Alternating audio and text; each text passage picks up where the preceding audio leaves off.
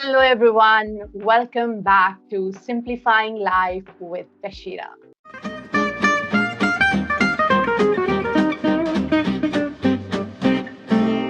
Today's episode is extra special for me because I am not just speaking with another guest, I'm speaking with someone I've come to deeply admire and feel incredibly connected to over the past few months.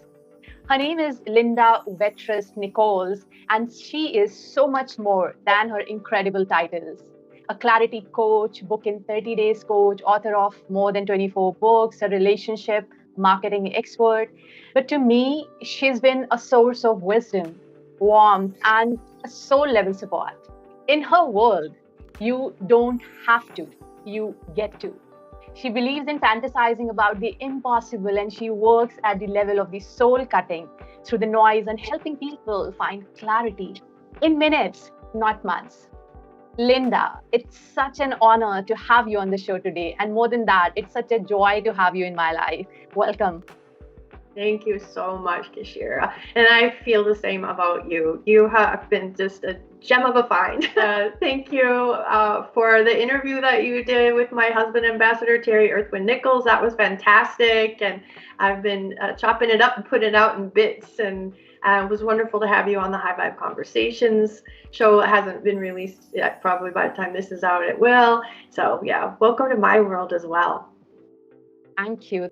Such an honor to be part of your world and to feel that connectedness. And sometimes I really feel, how is that really possible? Like two strangers meeting up on LinkedIn and not really met in person, just through some posts, got the opportunity to be on each other's shows.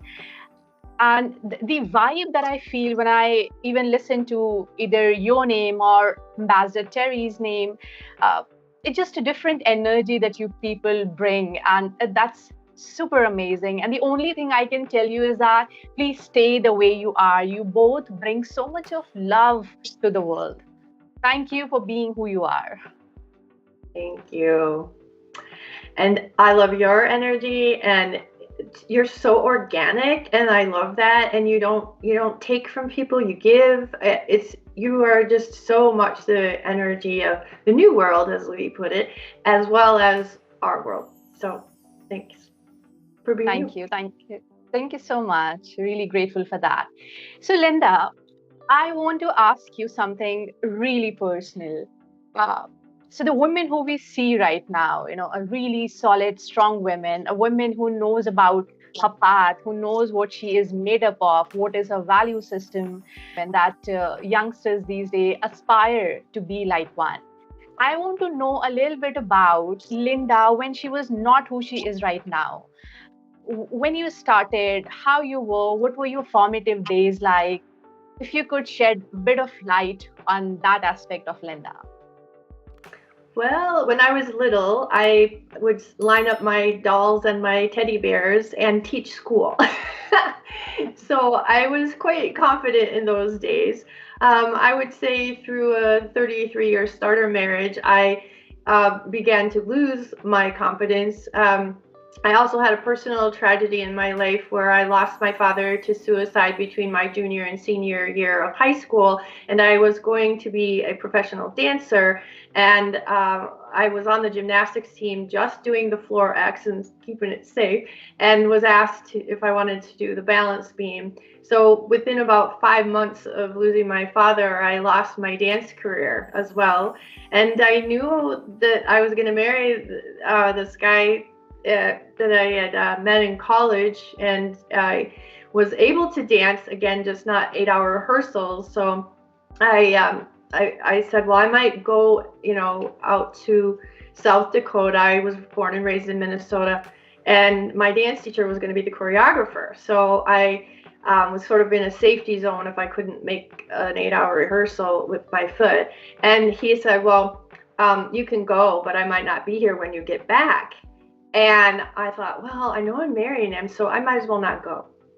And so right there, making that choice was another piece of like losing confidence. And when I did lose my dance career, I went into special education from college, and I thought, because like who am I now? Oh, I'm this special ed teacher. And then I worked with a coach. She was more of a shaman type coach. And she said, you're still the dancer. You've always been the dancer. Dance is about strength. Dance is about this. You listed all, like if you Google dance, as like, yeah, those are still all my character strengths. I am the dancer. So that was kind of interesting how that landed in my life. Yeah. You mentioned about there was a stage wherein you lost confidence because of what happened in your life. Do you want to talk a little bit more about it? How was that phase and how you were able to bounce back from that stage? Because it could be really tricky. Yeah, well, I had really challenging kids as well. I was an at-home mom. So just like I think becoming a mom, your self-esteem, sometimes even your self-worth can just land in the gutter. And really my confidence came back after I left that marriage. I called it my 33-year starter marriage, and my husband now was married for 33 years as well. And we had a lot of similarities in our lives. It was such an interesting coming together.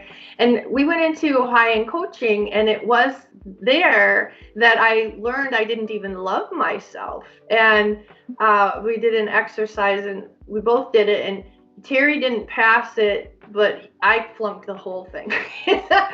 So that was like a big turn for me, even just getting my confidence back. And we were then speaking from the stage, and I could dance in front of anybody. I could even sing, but to talk was like a whole different world for me. And if I'm in a group of people, if it's a small group, I probably will be talking. But if it's a large group, I'll have this attitude, I don't need to talk, and I won't. So I like, even in our business, doing more of the behind the scenes things. Why do you think that you may not be good in talking publicly, or why do you, kind of like to stay back screen instead of being on the stage? Does it scare you to speak publicly? Well, yeah, I get real shaky, but also if you look at like my human design or gene keys or, just different personality things or whatever, I'm the editor. I am the detail person. My brain goes whole to part to whole really fast. So, yeah, that's really not so much my zone of genius, although I love being on the stage because of the dance. Also, if you divide the brain into 4 quadrants, the left side of the brain is like logic, right side is creative, and then there's also like well, I can remember all these, but it's like the back of the brain is concrete and the front of the brain, do I have that right, is random. And so my husband is right brain front, so he has language. I'm right brain back, and I don't. So that's really hard for me. I'm a great storyteller, but if you ask me a really direct question like, what would you have told your younger self, or things like probably like most podcasters ask, I have to think of those things ahead of time and write them down, and then I probably won't remember them.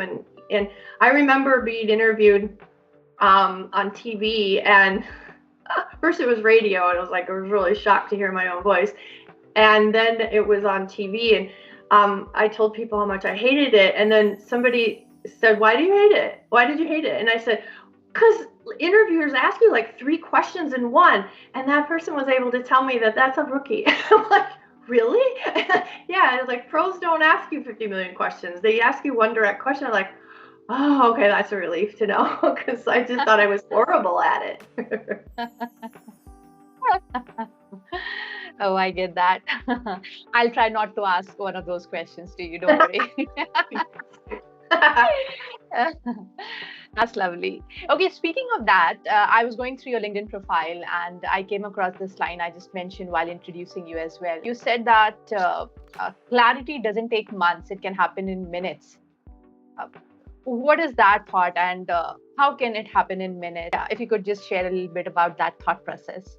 Well, I think you know the answer to that one. I would love to hear from the expert. No, I know. I was just going to preface with that because I wasn't going to answer, because we did that soul exercise when I had you on my podcast. And so, yeah, I just have people reach their arm out in front of them, make a fist, pull it into their abdomen, and do like 3 belly breaths and just go down with their eyes closed too, deep and low and blank. And when they tell me they're ready, then I just ask them one question. What are you going to do if you're poofing off the planet tomorrow and there's only one thing you can let the rest of us know? What is it? And I just let that come up and let that come up. And that is actually coming up then from the level of their soul, so to speak, and not their ego. So I say fully embodied soul. And in the trauma work I do, it's quite obvious that our souls leave our bodies and float around. I'm sure you've heard of astral travel and stuff like that too. When there's a trauma in somebody's life, especially trauma, even neuro differences, ADD, ADHD, autism, a lot of times the soul's just kind of floating around outside of the body. So it's like, bring it in, get it fully embodied, and you're at clarity instantly. Does that make sense? You've experienced it. I've experienced it. Yeah. I witnessed it firsthand. I don't know I'll be able to justify by putting it in my words. The experience that I had was, it was something else, unbelievable. So what Linda just said, there's this very small exercise wherein you have to open your arm and make it into a fist. And then you have to take a deep breath in. There is a particular fashion in which you have to breathe. You're pulling in all of your auras, really, I think, is what you're just really getting into you and the embodied you. Yeah. In power center. Yeah, exactly. I just felt, I'm like, I always use this word and Linda doesn't like it, as if I was in trance. So I was like, it just felt like my mind has slowed down. My body is not in rush. My mind is not in rush. And I could just feel some special connection, which was unbelievable because I just felt, what is she doing to me through the phone? It was unbelievable. And I wasn't ready for that. I wasn't aware what is going to happen with me on that WhatsApp call. But yeah, anybody who gets that opportunity to catch up with Linda, if you are blessed enough, she'll take you through that exercise and you will feel exactly what I'm trying to tell you. This is amazing. And it actually slows you down. It brings you into your own self, into your own aura, wherein you start feeling very much connected to yourself, and which is incredibly important in such busy life wherein there's so much of chaos around, so much of noise around. And it's important to just cut down all the noise and feel yourself for a while. So that's what it is.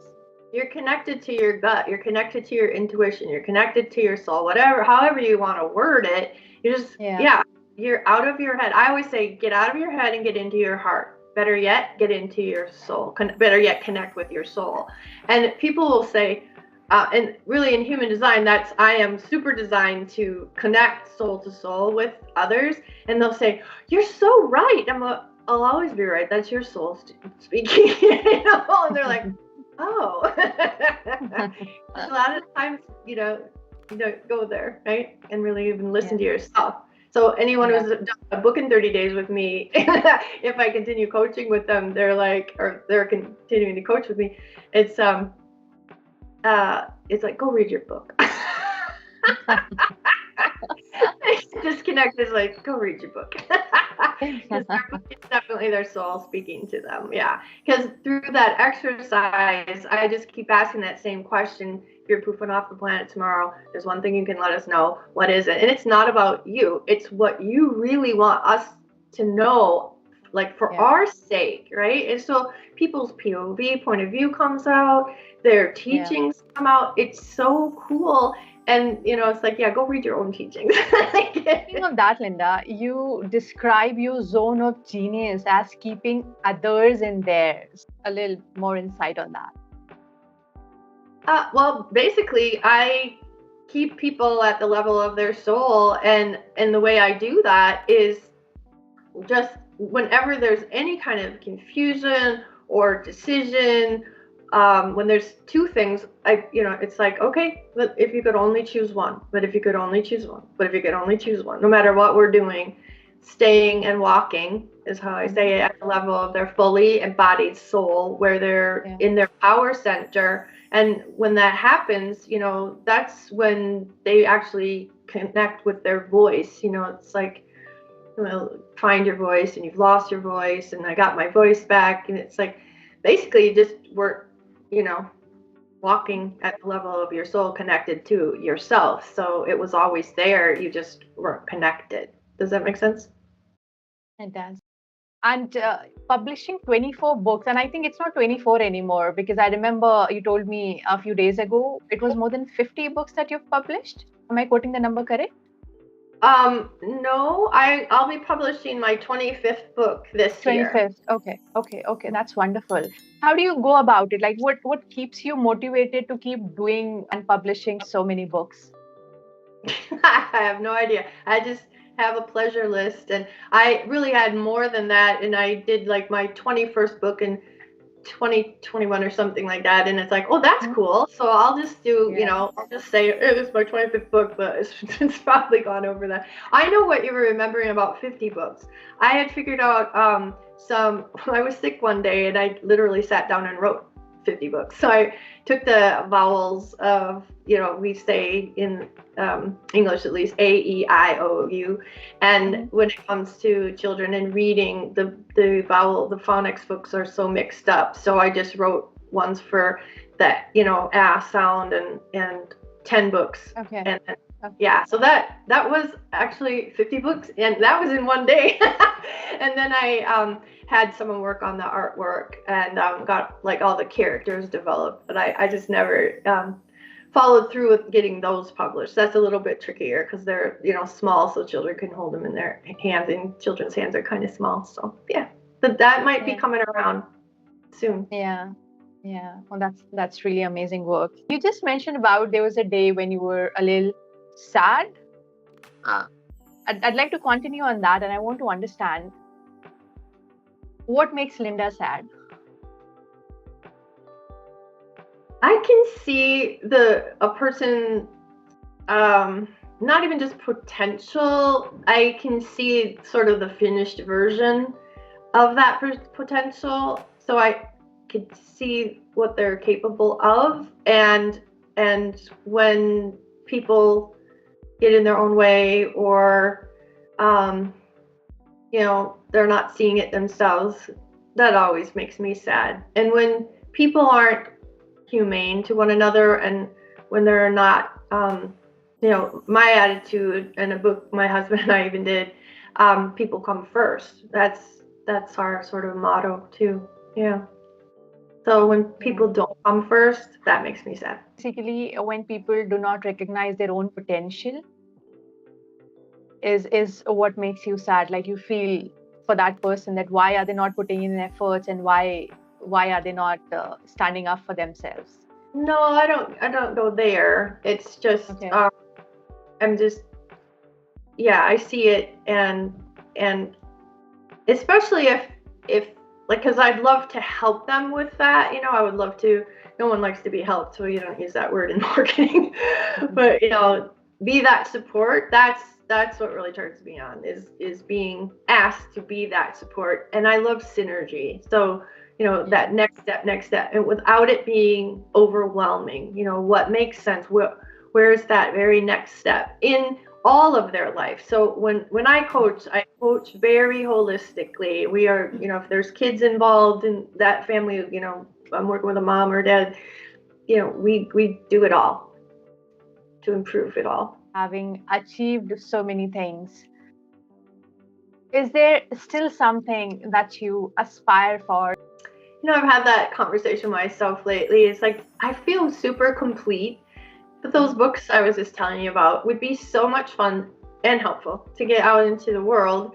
And also, when my husband and I were on stage, I presented first, and then he kind of filled in anything that I didn't get across, if you will. So I kind of probably gave the big picture of things, and then he would give the details, and people loved it. Even this one gal was having some mental health issues, so she had decided she hated us.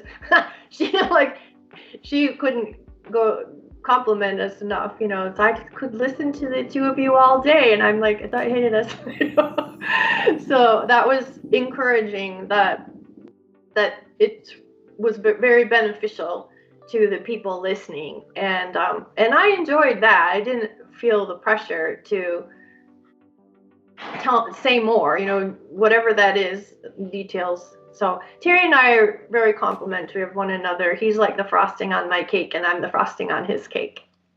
Oh, that's so beautiful. And traveling, that would be nice too. Although we're not real big on it either. So I mean, we thought we could manage that like RV life or something, recreational vehicle, and live out of it. There's no way. We both really need to have that, solid place to come home to, and then leave for a little bit and come back and re-energize. Yeah, yeah.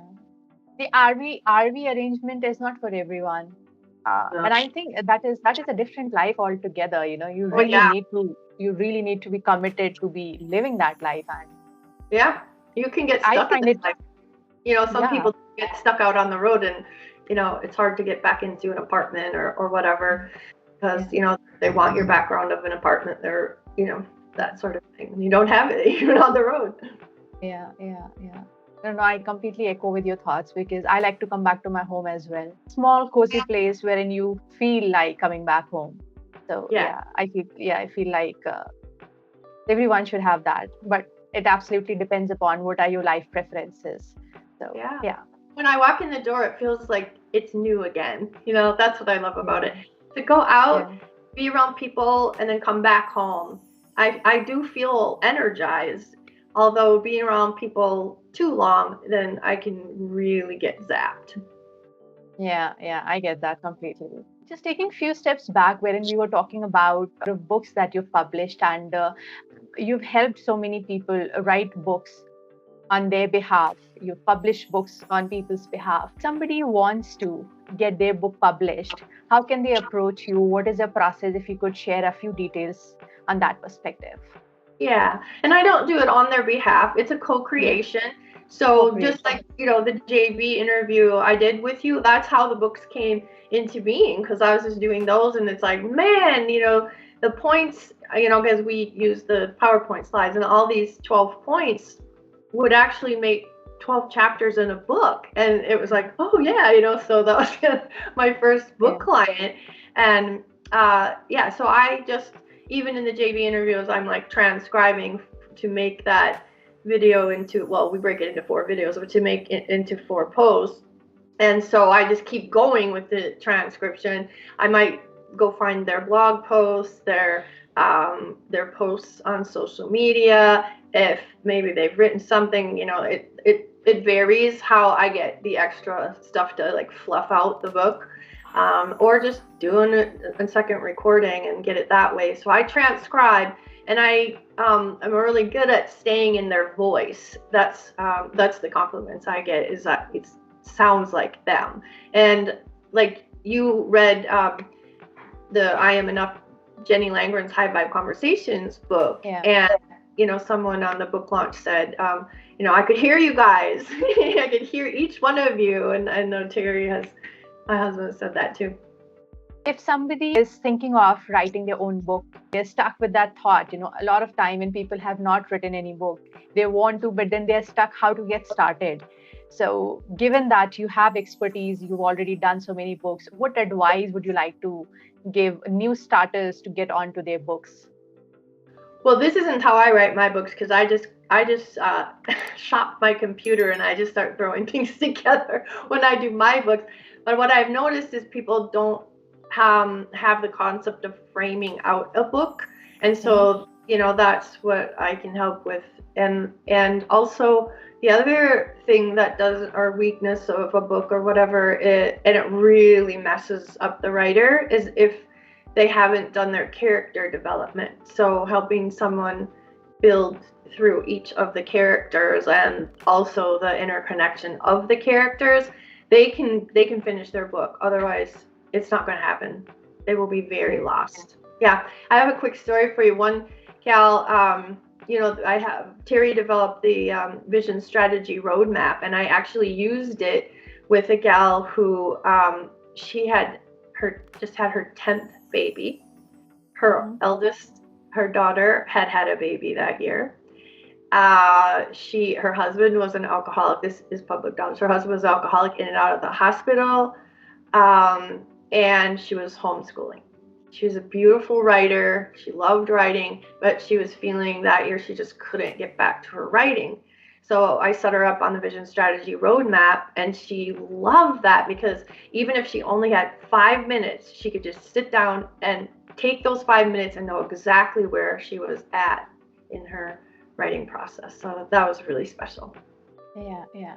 No, I can vouch for that. You can really bring out clarity in people very quickly. So you just have that way of connecting with people and understanding them at that level that people start resonating with your vibration. You're blessed with that. That's really beautiful. In today's time, everybody wants to be successful in their lives. For majority of the people, the definition of success is to have a big home, to have a nice car, to make good amount of money so that they're able to support their families. But to reach to that level, it's a lot of effort, even to build your own house, it's a lot of effort to make that kind of money. And to achieve that definition of success, a lot of us are struggling in our day-to-day happiness, in our day-to-day peace of mind. We are compromising on that because in the hope of achieving all those things someday. What do you think about how people are approaching life today? And if you have to advise one thing, what would you like to tell people, maybe to simplify life from Linda's lens? Well, the only way to have true success, real success, whatever those words would be, is to be in alignment. And to be in alignment, you're now vibrating at, the highest vibration. So when you're vibrating at a high vibration, everything else falls into place. Everything else just starts coming in, attracted to you, whatever the words are there too. So and that really is the energy of the new world. Like, we're all being expected to be in alignment. You can see a post this on social media that person's not in alignment. It's such a turn off. So people are looking for that. They're looking for transparency, authenticity, and if someone's in alignment, they're like, ooh, because that's the new cool thing. Like, oh, I want a piece of that. And if you're in alignment, you're already a superstar success in your own body, in your own head, in your own heart. And the rest of it doesn't have to come from the grind. And women we're not set up for the grind. That's a masculine energy. Now, you could be a woman and run more masculine energy, and that totally works for you. Okay, that's great. On average, women are not set up for the grind. They are to, be in the more relaxed and in flow. And even if you're in a place where there is like more grind, I still think you can be more in flow and bring more feminine energy to that more masculine grind type environment. They tend to be rather toxic though, so I don't know if it's a good idea to stay.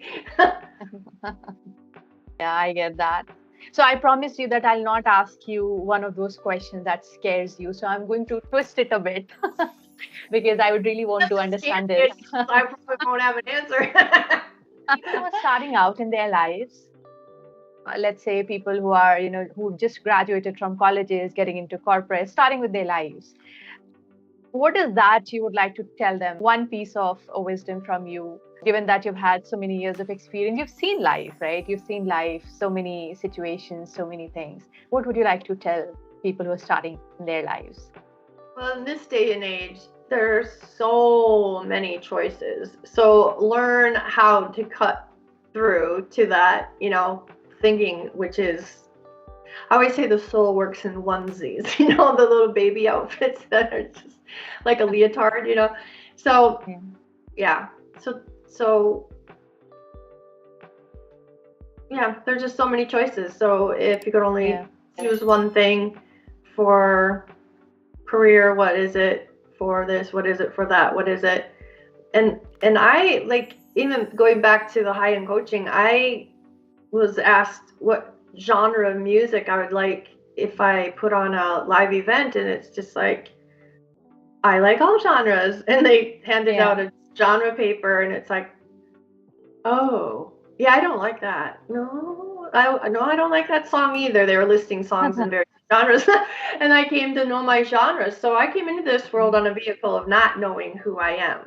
Yeah, So finding out who you are, getting in alignment with who you are, is going to make life super simple, and you'll be able to, get yourself to places that feel really good to you and are yeah, good for yeah.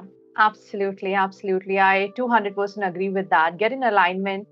There will be choices, explore them because what do we say? You have to kiss 100 frogs to find the prince. So going through the choices, you get to know what works for you and what does not, what is yes for you and what is not. So I thank you so much for sharing that valuable wisdom with all of us. That's really amazing.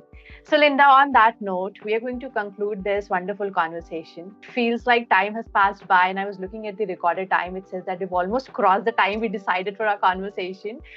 This is what this is how it happens when you just get so involved in that chat. So, I really appreciate all your insights.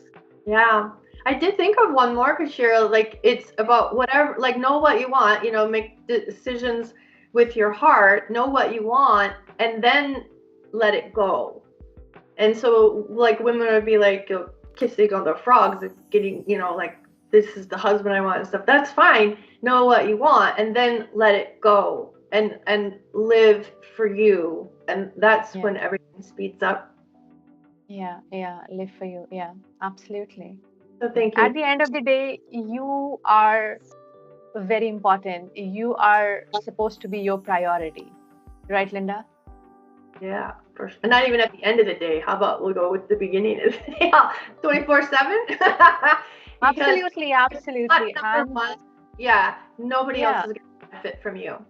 yeah, yeah. And you can never pour from empty cup. So if you're sad, if you are not in a happy space, buddy, you can't do anything for anybody else. So if people think or you feel guilty that oh, people will think I look like selfish if I'll think about myself, let's be a little selfish. So this is what I have learned in my life through whatever I've gone through, and that is an incredible piece of wisdom that anybody could give you. Please prioritize yourself. It's all about self-love. Yeah. Absolutely. Yeah, yeah. That's beautiful, Linda. Thank you so much for So, this heart centered and deeply practical conversation. Linda, you've just reminded us that clarity doesn't have to be complicated and that our soul already knows what we are here to do. And to our listeners, if you've been sitting on a book idea, wondering where to begin, maybe today is your sign. As Linda says, you don't have to, you get to. And you can learn more about her work and even book a free clarity session on a LinkedIn page. You can go and find all her contact details. And until next time, keep simplifying life and remember one soulful step at a time. Thank you so much, everyone. Love you all.